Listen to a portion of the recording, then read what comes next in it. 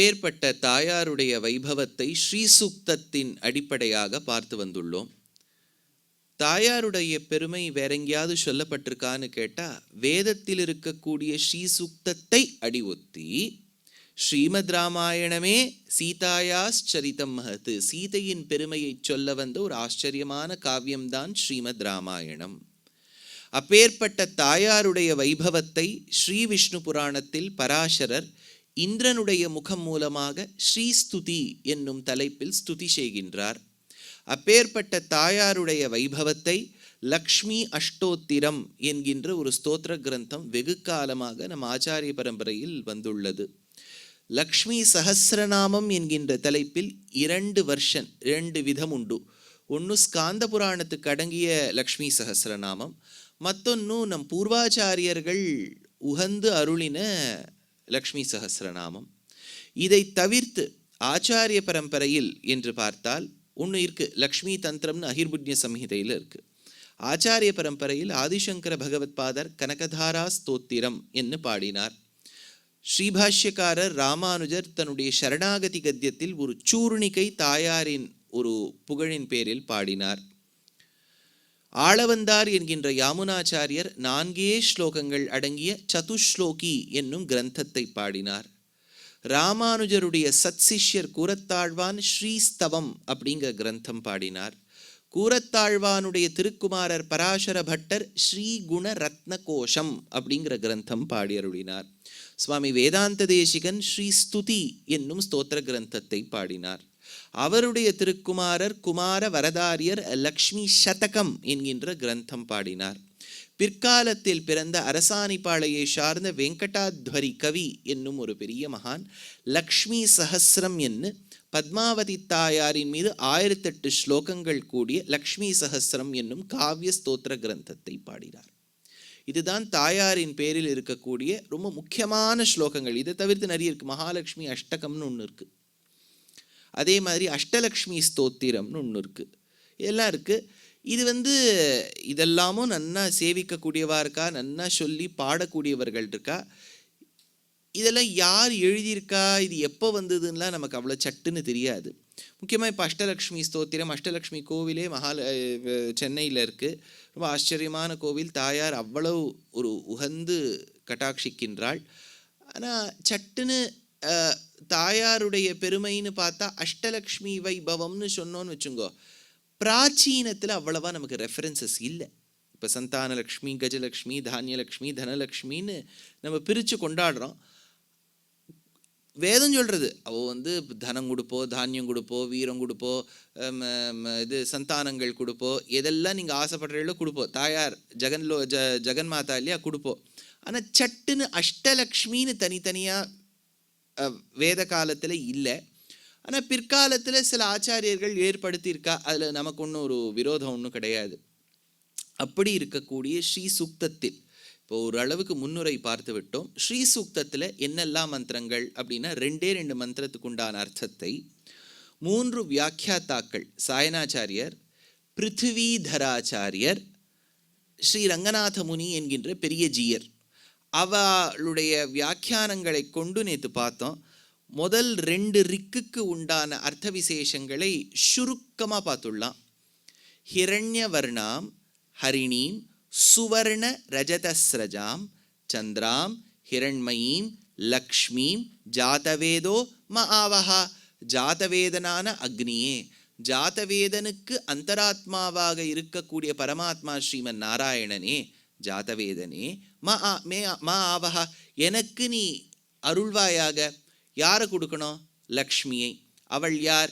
ஹிரண்யவர்ணாம், எவள் ஒருவள் ஹித ரமணீயமாக இருக்கின்றாளோ, நம் மனதுக்கும் நம் குணத்துக்கும் ஏத்தவாறு திருத்தாயாராக இருக்கின்றாளோ, எவள் ஒருவள் ஸ்வர்ண நிறத்தோடு கூடியவளோ, ஹிரண்யவர்ணாம். யார் அவள்? ஹரிணி, ஹரியின் பத்னியாக இருக்கக்கூடிய ஹரிணியே. ஹரிம் நயதீதி ஹரிணி, ஹரியை நடத்தி செல்லுபவளே, ஹரியால் நடத்துபடுபவளே. அதனால ஹரிணி.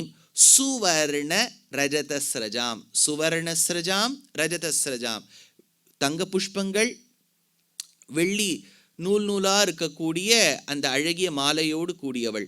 சுவர்ணஸ்ரஜாம் ரஜதஸ்ரஜாம், சுவர்ண ரஜதஸ்ரஜாம். அவள் யார்? சதி ஆஹ்லாதனே, குளிர்விப்பவள். சந்திராம், அவள் யார்? ஹிரண்மயீம், நாம் பிரார்த்தித்தால் பொன்னையும் பொருளையும் கொடுக்கக்கூடியவள். ஹிரண்மயீம், அவள் யார்? ஸ்வயம் பகவானுக்கே லட்சியமாக இருக்கக்கூடியவள். லக்ஷ்மி, அப்பேற்பட்ட லக்ஷ்மியை எனக்கு கொடு அப்படின்னு சொல்றது தான் முதல் ரிக்கு. ரெண்டாவது ரிக்கு, தாமஹாவஹ ஜாதவேதோ லக்ஷ்மீம் அனபகாமினீம் யஸ்யாம் ஹிரண்யம் விந்தேயம் காம் அஸ்வம் புருஷானகம். அவளை பிரார்த்தித்தால் என்ன கிடைக்கும் அதை சொல்றார். தாம ஆவஹ ஜாதவேதோ, அக்னியே, அக்னிக்கு அந்தராத்மாவாக இருக்கக்கூடிய ஸ்ரீமன் நாராயணனே. தாம ஆவஹ ஜாதவேதோ, லக்ஷ்மியை கொடு. அந்த லக்ஷ்மி நம் வீட்டுக்கு வந்து விட்டால் செல்லலாமோ?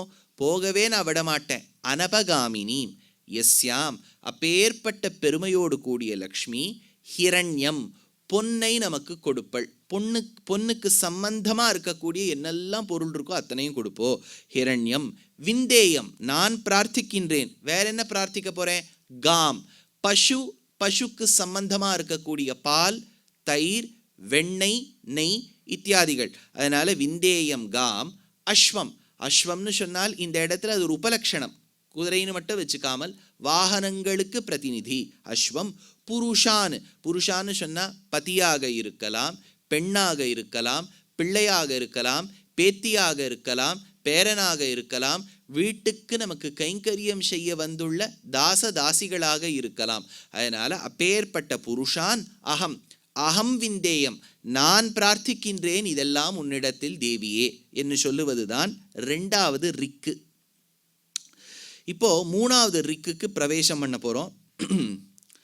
அஸ்வபூர்வாம் ரதமத்யாம் ஹஸ்திநாத பிரபோதினீம் ஸ்ரீயம் தேவீம் உபஹ்வயே ஸ்ரீர்மா தேவி ஜுஷதாம் அப்படின்னு இந்த இடத்துல இருக்கு. அஸ்வபூர்வாம், அஸ்வாஹா பூர்வே புரோகாஹா யஸ்யாஸ்தாம். அவ இப்போ வரான்னு வச்சுக்கோங்க, முன்னாடி என்னெல்லாம் போறதுங்கிறார். அஸ்வங்கள் போறது, நிறைய அஸ்வங்கள் போறதான். அஸ்வபூர்வாம், அவளுக்கு முன்னாடி அஸ்வங்கள் அவ்வளவு போறது. இப்போ இந்த போர்க்களத்தெல்லாம் நம்ம சலச்சித்திரத்தில் பார்க்கும்போது இருக்கும், ரதாரூடனாக ராஜா வந்துன்னு இருப்பார். முன்னாடி இந்த குதிரை ரத கஜ துரக பதாதின்னு பேர், இது நாலுத்தையும் சேர்த்து சொல்வா. ரத, ரதம்னு சொன்னால் அவர் எதில் இருக்காரோ.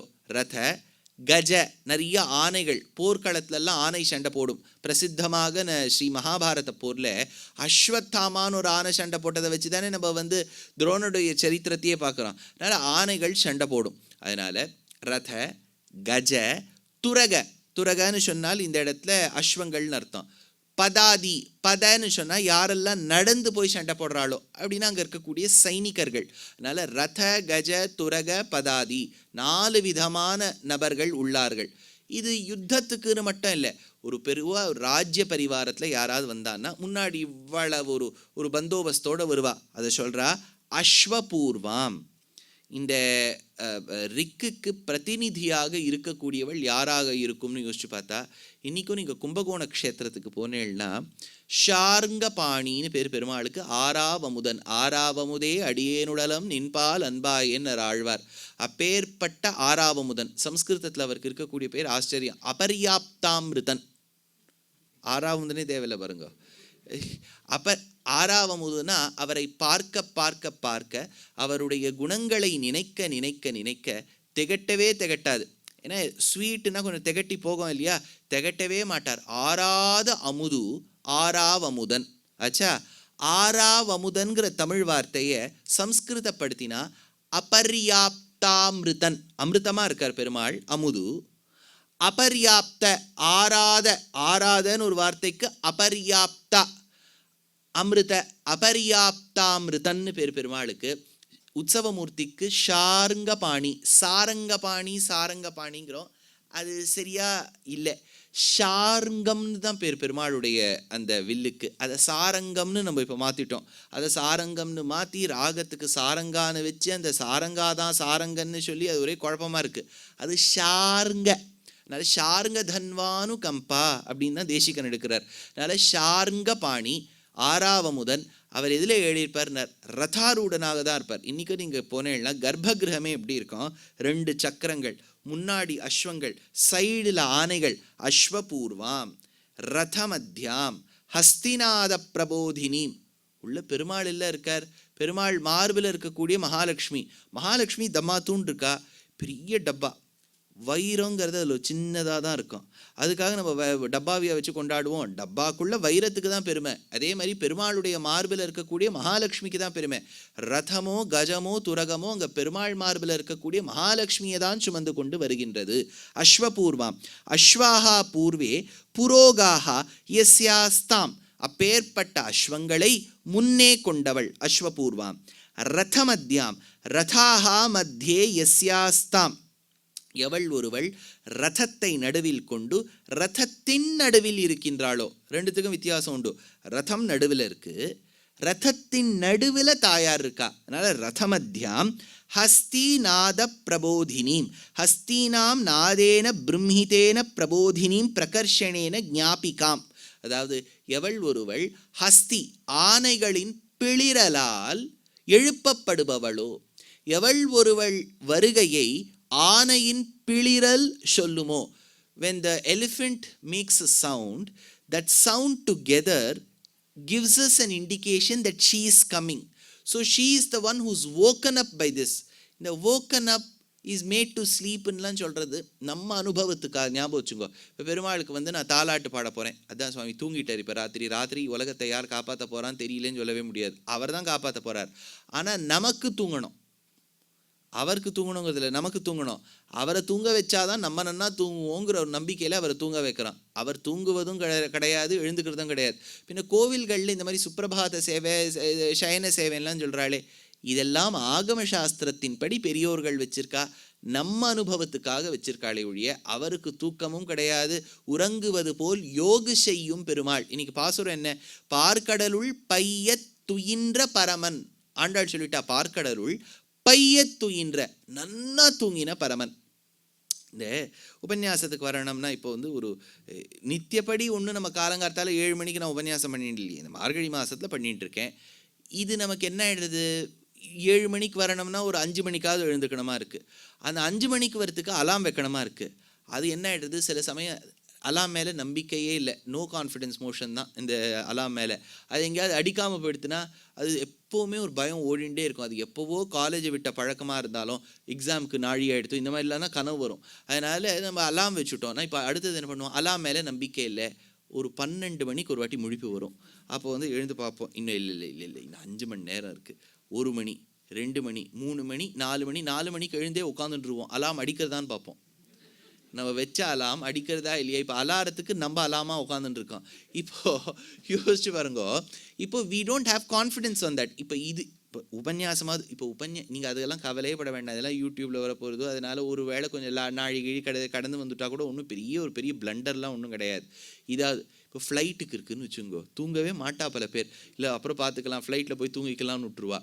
அந்த மாதிரி அந்த தூக்கம்ங்கிறதும் நன்னா தூங்கணும் பாருங்க. நீங்கள் நன்னா தூங்கினேளான்னு கேட்பா. தூங்கிறது எல்லாமே விட நன்னா தூங்கிறதுங்கிறது இருக்கு இல்லையா, அது இருக்கா இல்லையான்னு தெரியல. ஆனால் ஆண்டாள் சொல்கிறா, பார்க்கடலுள் பைய துயின்ற பரமன். அவர் தூங்கிறத பார்த்தா ஆஹா தூக்கம்னா இப்படி தான் இருக்கணும்னு தெரியறதான். ஆனால் ஆழ்வார் இன்னொரு இடத்துல சொல்கிறார், இவர் தூங்குறாரு நீ நினச்சின்னு இருக்க, உறங்குவது போல் யோகு செய்யும் பெருமாள். யோகா பண்ணிட்டு இருக்காராம் பெருமாள். ஆழ்வார் எடுக்கிறார், உறங்குவது போல் உனக்கு தூங்குற மாதிரி இருக்கும், யோகு செய்யும் பெருமாள். ஏன்னா யோகத்தால தான் பகவான் உலகத்தையே சம்ரட்சிக்கிறார். அவர் உள்ள உட்காந்து தவம் பண்ணிட்டு இருக்கார், யோகா பண்ணிட்டு இருக்கார். தான் இருக்கக்கூடிய இடத்திலேருந்தே அத்தனை உலகத்தையும் ரட்சிக்கிறார். தியௌச சந்திரார்க்க நக்ஷத்ரா கம்திஷோ பூர்மஹோததிஹி வாசுதேவஸ்ய வீரியேன வித்ருதானி மகாத்மனஹான்னு சஹஸ்ரநாமம். அந்தந்த இடங்கள்ல நட்சத்திரங்கள், சூரியன், சந்திரன் எல்லாரும் அந்தந்த இடத்துல இருக்கான்னா வாசுதேவஸ்ய வீரியேன, பெருமாள் அந்த இடத்துல இருன்னு அதை சொல்லியிருக்காராம். அவருடைய சங்கல்ப சக்தியால் அந்த இடத்துல இருக்கான். அவர் யோகா பண்ணிட்டு இருக்கார். உறங்குவது போல் யோகு செய்யும் பெருமாள். அதனால தான் சஞ்சயன் சொல்லிட்டான், வெற்றி யாருக்குன்னு கேட்டான் திருதராஷ்டிரன். எத்திர யோகேஸ்வர கிருஷ்ணா எத்திர பார்த்தோ தனுர்தரா. பார்த்தன் தனுர்தாரின்னு தெரியும். ஆனால் கிருஷ்ணரை சொல்லும்போது என்ன சொல்கிறான் பாருங்கோ, எத்திர யோகேஸ்வர கிருஷ்ணா, யோகசாஸ்திரத்தில் சிறந்தவராக இருக்கக்கூடிய கண்ணன் இருக்கும் இடமும், எத்திர யோகேஸ்வர கிருஷ்ணா எத்திர பார்த்தோ தனுர்தரா, இவர்கிட்ட அந்த சக்தி இருக்கு, இவன்கிட்ட சாமர்த்தியம் இருக்கு, தத்ர ஸ்ரீஹி விஜயோபூதிர், அந்த இடத்துல கவனிச்சேளா, தத்ர விஜயோபூதிர்னு சொல்லலை, ஸ்ரீர் விஜயோபூதிர், அந்த இடத்துல தான் மகாலட்சுமி இருக்கான்னுட்டார். ஸ்ரீந்தானே அந்த இடத்துல, தத்ர ஸ்ரீஹி விஜயோபூதி துருவானீதிர் மதிர்மம, இதுதான் எங்கள் பெரியவாள்லாம் சொல்லி கேட்டிருக்கேன் திருதராஷ்டிரா அப்படின்னு விட்டார்.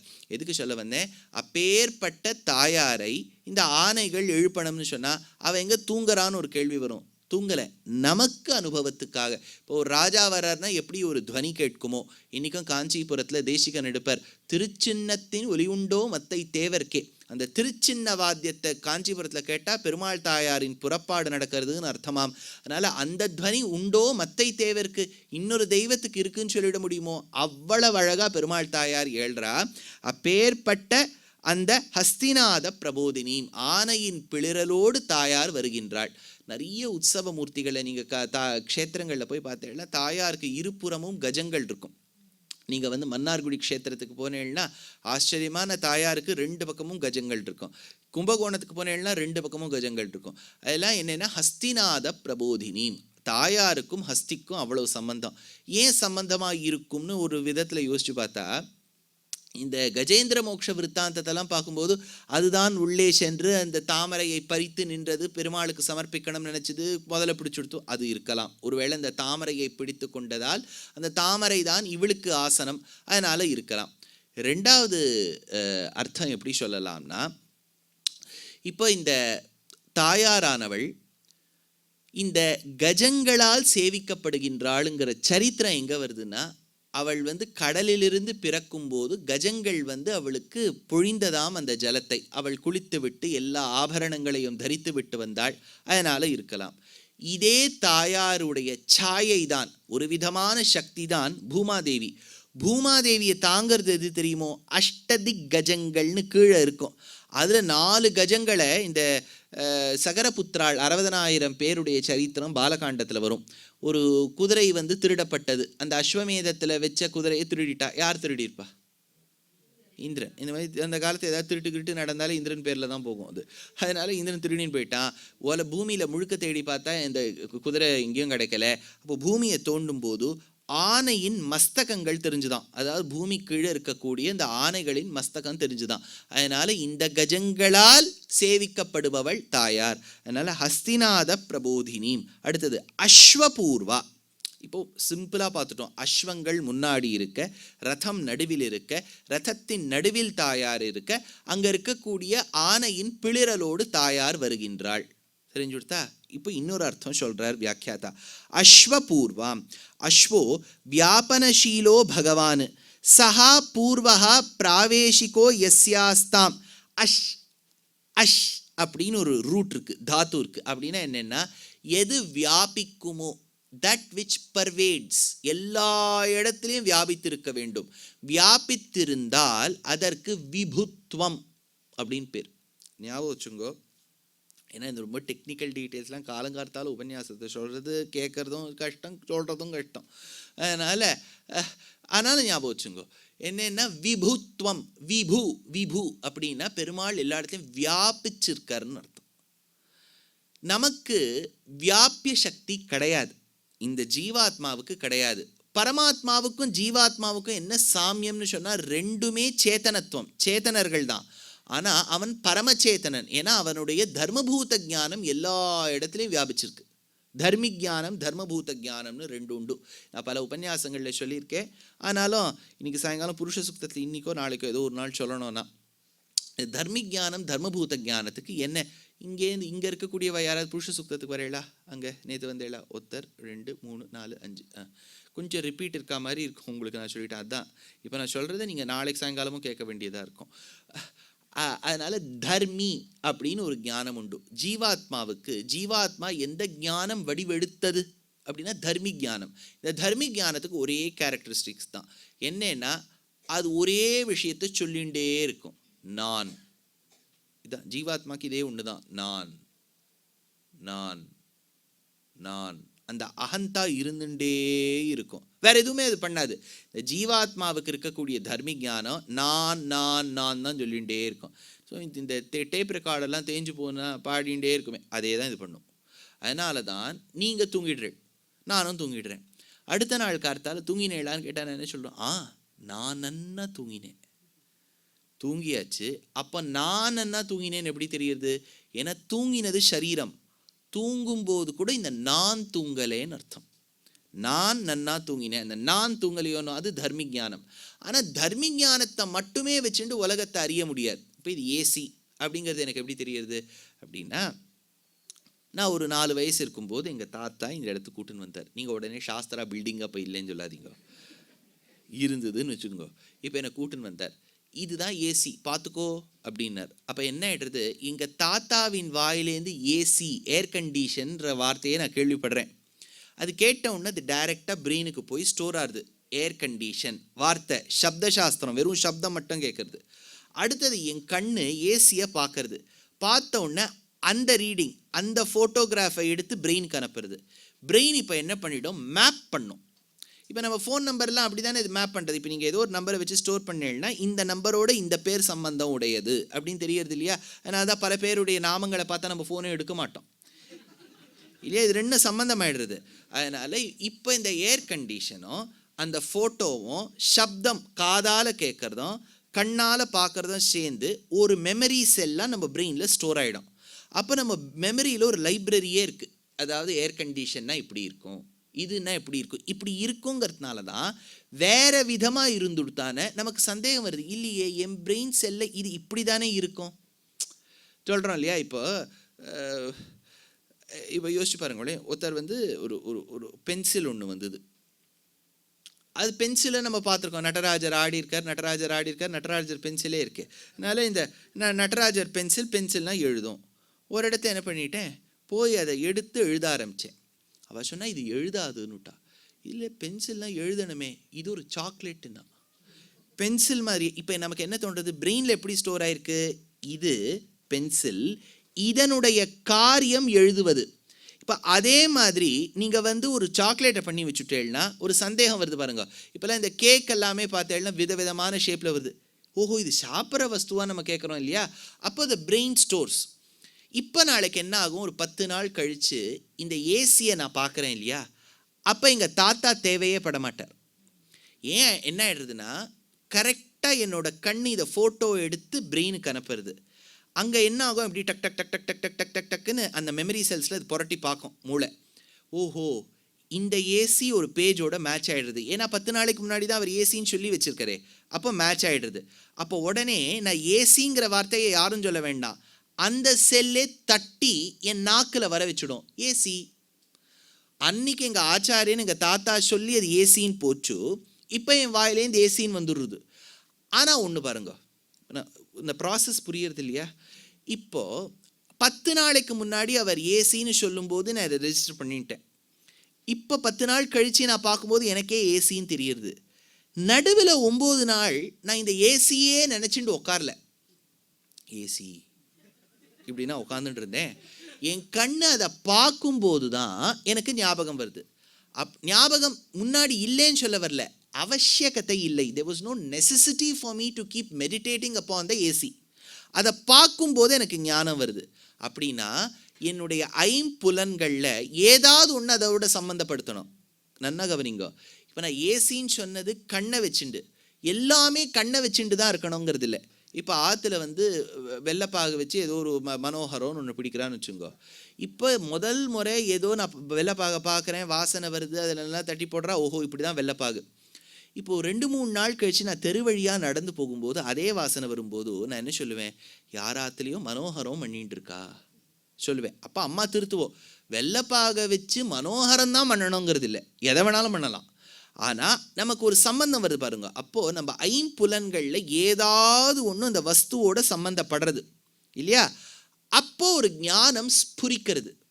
அந்த ஞானத்துக்கு தர்மபூத ஞானம்னு பேர்.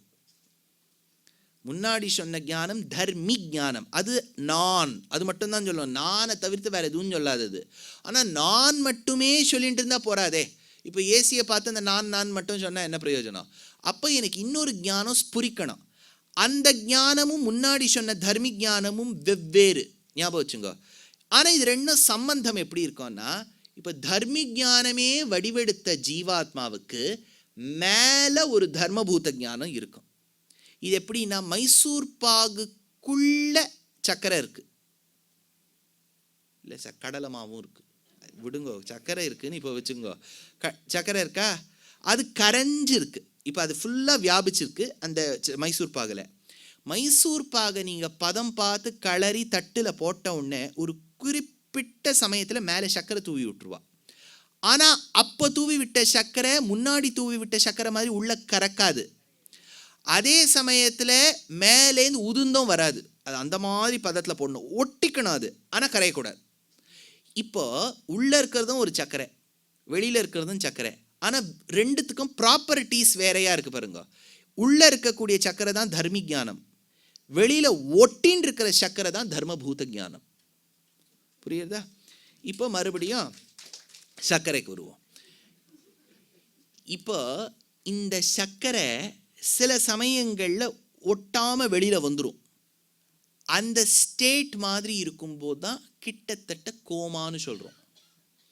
யோசிச்சு பாருங்க, அவருக்கு நான் யாருன்னு தெரியும், 30-40 வருஷமாக அவர் தான் என்னை வளர்த்தவர், பழக்கினவர். ஆனால் அவருக்கு கோமாவோ கொஞ்சம் சுவாதீனம் இல்லாத சமயத்தில் அத்திம்பேர் நான் யார் வந்திருக்கேன்னு தெரியுறதா, பதில் சொல்ல மாட்டேங்கிறார். கண்ணு நம்மளை பார்த்துடுறது, ஆனால் அது மூளைக்கு போய் அந்த பேஜஸ்லேருந்து இவர் தான் அவர்னு சொல்கிற இந்த ஞானம், அப்போ அந்த தர்மபூத ஞானம் ஸ்புரிக்க மாட்டேங்கிறது. புரியுறதா? இப்போ இந்த தர்மபூத ஞானம் இப்போ எனக்கு உங்களுக்கு எல்லாருக்குமே இருக்குது. ஆனால் அது குறிப்பிட்ட லிமிட்குள்ளே தான் இருக்கும்.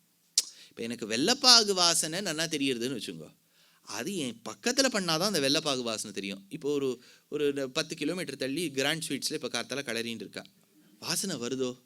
என்னத்தை வருது? ஒன்றும் வரல.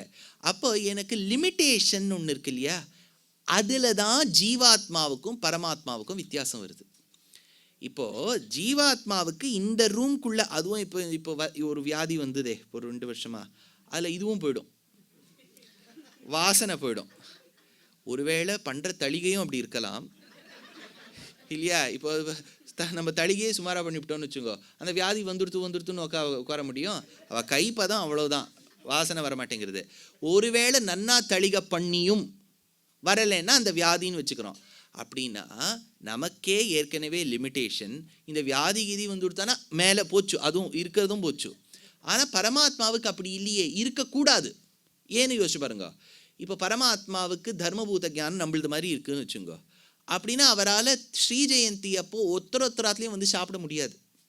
எப்போ சாப்பிட்டு முடிப்பார்? இப்போ ஒரு கோடிக்கணக்கான வீடு இருக்குன்னு வச்சுக்கோ, ஒரு நாளைக்கு ஒரு 100 வீடு பண்ணாலும் போரோன்னு ஆகிடும், வயரெல்லாம் ஒரு கடப்படான ஆகிடும். அதனால பெருமாள் என்ன பண்ணுவார், இருக்கிற இடத்துலேருந்து அவருடைய தர்மபூத ஞானம் உலகம் முழுக்க வியாபிச்சிருக்கு. அதனால தான் நம்மாத்துல பண்ணாலும் பக்கத்தாத்துல பண்ணாலும் அவரால் ஸ்வீகரிக்க முடியுது. புரியுறதோ? இது தர்மி ஞானம்னு பேர், தர்மபூத ஞானம்னு பேர். இப்போ இந்த தர்மபூத ஞானத்தில் நமக்கும் பரமாத்மாவுக்கும் என்ன வித்தியாசம்? அவர் முழுக்க வியாபிச்சிருக்கு. இந்த வியாபிச்சிருக்குன்னு சொல்கிறேன் இல்லையா, அதுக்கு தான் அஷ் அப்படின்னு பேர்.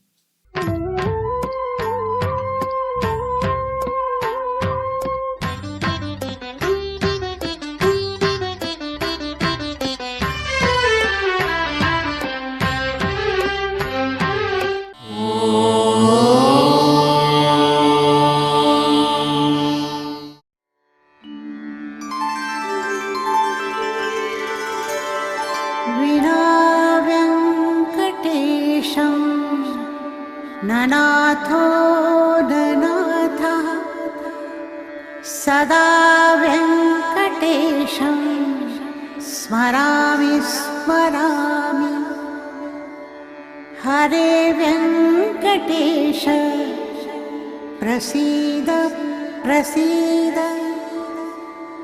प्रियं वेङ्कटेश प्रयच्छ प्रयच्छ